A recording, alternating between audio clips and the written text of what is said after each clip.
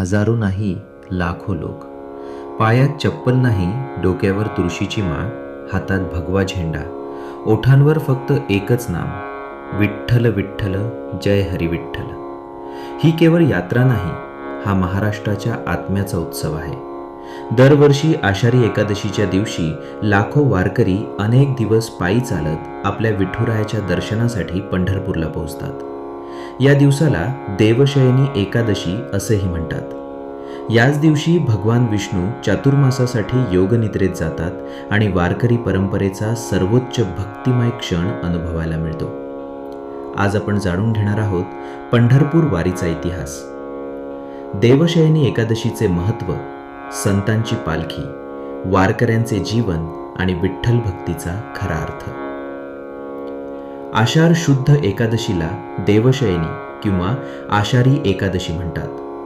हिंदू धर्मानुसार या दिवसापासून भगवान श्री विष्णू क्षीरसागरात योगनिद्रेत जातात. पुढील 4 महिने म्हणजेच चातुर्मास सुरू होतो. या काळात विवाह होत नाहीत, शुभकार्य कमी होतात, साधना आणि भक्तीला विशेष महत्त्व दिले जाते. महाराष्ट्रात या दिवसाचे विशेष महत्त्व आहे, कारण याच दिवशी लाखो वारकरी पंढरपूरमध्ये विठ्ठलाचे दर्शन घेतात.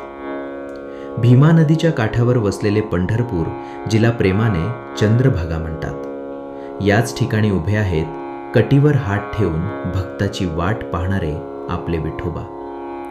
पौराणिक कथेनुसार पुंडलिकाच्या भक्तीमुळे भगवान श्रीकृष्ण स्वतः येथे आले.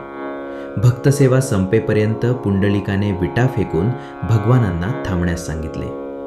भगवान त्या विटेवर उभे राहिले आणि तेच झाले विठ्ठल.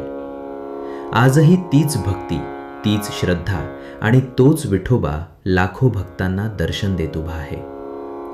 वारीची परंपरा शेकडो वर्षांपासून सुरू आहे. संत ज्ञानेश्वर महाराजांची पालखी आळंदीहून निघते, तर संत तुकाराम महाराजांची पालखी देहूहून प्रस्थान करते. या 2 पालख्यांसोबत लाखो वारकरी चालत पंढरपूरकडे निघतात. मार्गात भजन, कीर्तन, अभंग, दिंडी, रिंगण आणि अखंड नामस्मरण सुरू असते. ही केवळ यात्रा नसून शिस्त, सेवा, समता आणि भक्तीचा जिवंत उत्सव आहे. वारकरी कोण? ज्यांच्या ओठावर नाम, मनात विठ्ठल आणि जीवनात सेवा. वारकरी कोणत्याही जातीचा असू शकतो. गरीब, श्रीमंत, शेतकरी, डॉक्टर, विद्यार्थी, महिला, सर्वजण एका रांगेत चालतात. वारी शिकवते भेदभाव विसरा, सर्वांमध्ये विठ्ठल पहा. म्हणूनच